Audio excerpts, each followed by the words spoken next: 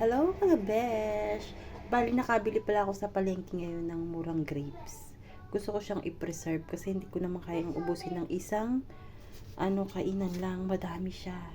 Parang $25 lang siya parang siguro mga isang kilo. Ganon. Pero dahil ang amo ko hindi naman mahilig kumain ng ganito, gusto ko siyang i-preserve. Ito siya oh. Ayan siya.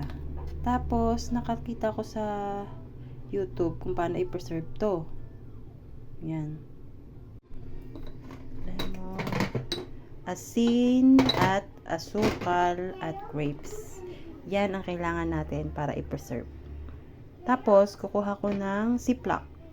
Tapos pala mga besh, ang paglalagay ng asukal tsaka asin, depende sa panglasa nyo. Kung gusto nyo masyadong matamis, lagyan mo ng maraming asukal. Pag gusto nyo maalat, lagyan nyo ng maraming asin. Yan, depende sa taste bud nyo. Pero ako konti-konti lang. Ayan, tapos lemon, kalahating lemon lang ginamit ko dyan. Tapos mga besh, i-shake natin yan.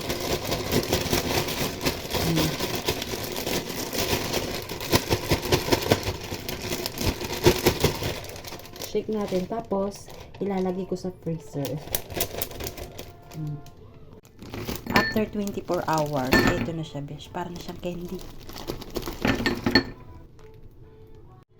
Update ko pala kayo besh, ito na yung grapes na nilagay natin ng 24 hours sa fridge, para na siyang candy.